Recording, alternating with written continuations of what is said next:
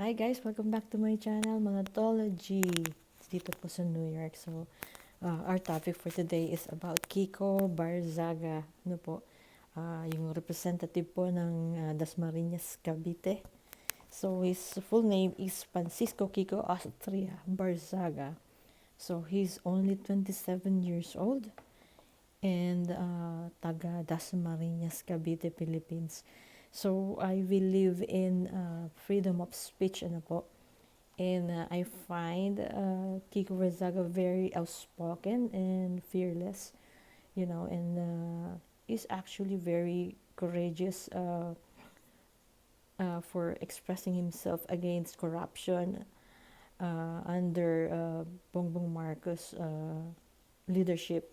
So, okay yun, ano? Okay. So, nakakahangang sa unang tingin ay nakakahanga po yung mga ganyang kabataan na hindi natatakot na pumuna. But yung sa akin lang naman, in my point of view, siguro hahanga po ako kay Kiko Barzaga if he is going to be fair to both sides, yung pupunahin niya po yung side ni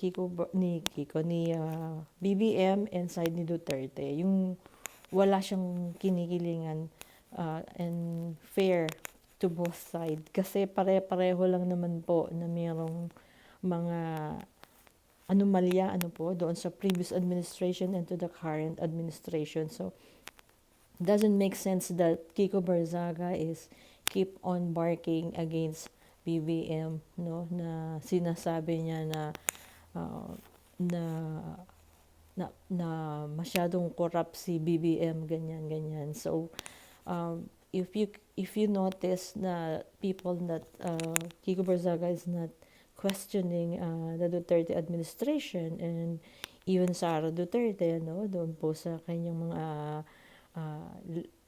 current and latest mga anomalya na kino-question ng taong bayan at ng gobyerno. So makikita po natin na one-sided talaga siya. And para sa akin, hindi siya credible si Kiko Barsaga. And ang sabi, tatakbo daw siya na governor. And sinasabi niya na gusto niyang baguhin yung politics sa Philippines dahil parang tinitira niya yung pamilya ng Remulla, na gusto niyang palitan yung ng mga Remulla. Pero para sa akin, Kiko Barsaga is also belong to political family in Cavite, no? Actually, yung tatay niya, si Elpidio Barzaga Jr., is a long-time congressman from Cavite 4th District.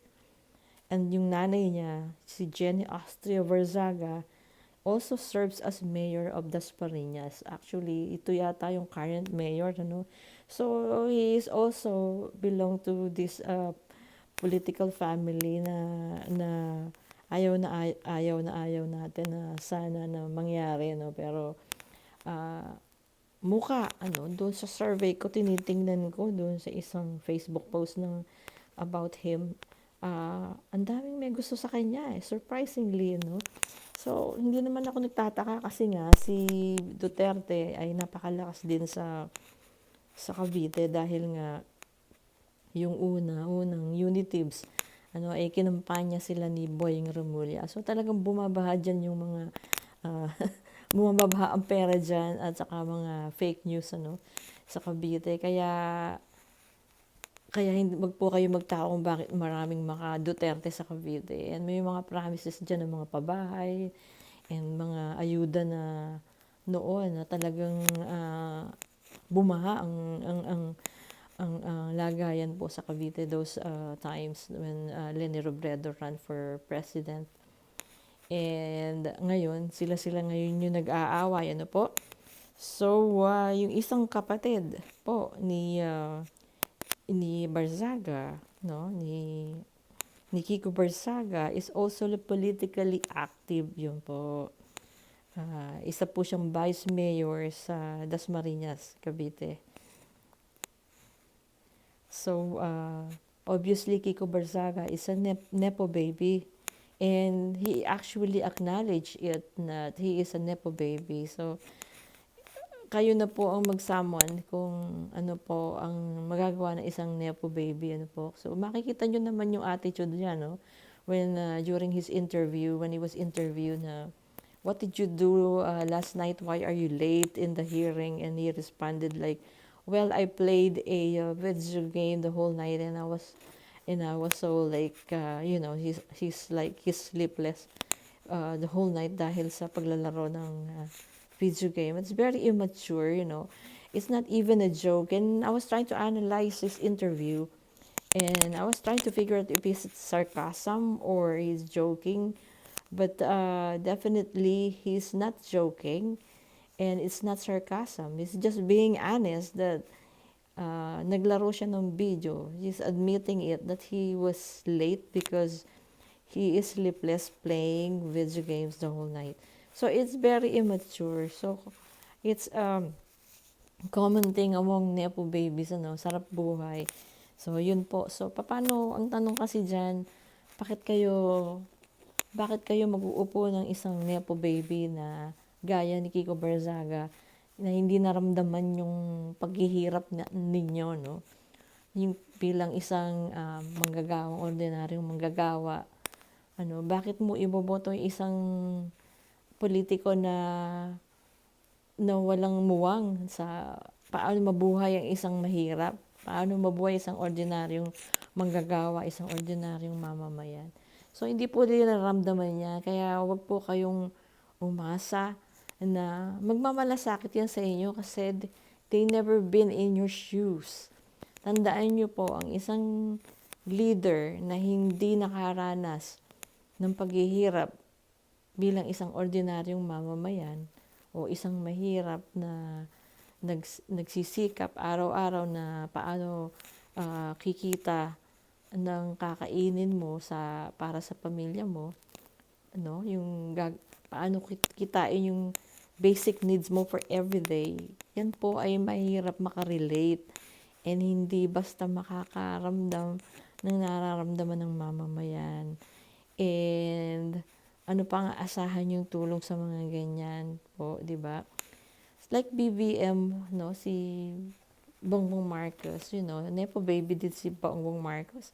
Pero ngayon ay wala siyang choice, napipilitan siya kasi nga pinupukpok siya ng marami siyang critics, kasama na yung vice president niya na pinupukpok siya araw-araw ng criticism. So, Bongbong Marcos was forced to do his job and of course he needs to protect his family, like kasi nga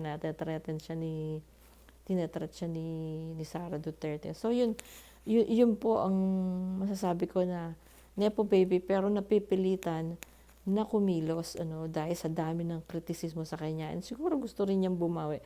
Pero ito si Kiko Barzaga, he's only 27 years old. So kung ako sa inyo, hayaan nyo na muna siya na maglaro ng computer games at mag-enjoy sa kanyang buhay bilang nepo baby. Huwag nyo na muna pong sayangin yung boto nyo na mag-upo ng isang ganitong klaseng politiko, And mag-isip-isip po tayo, pag-isipang mabuti. And para for Kiko Barzaga, yung ko lang sa kanya, maniniwala lang ako sa kanya, kung pareho niyang inaatake, on both sides, yung mga politiko na mga nagnanakaw sa gobyerno, pero kung ang aatakihin lang niya po ay yung side ni BBM, hindi po ako maniniwala sa kanyang mga drama na sinasabi niya na handa siyang mamatay para ipaglaban ng bayan.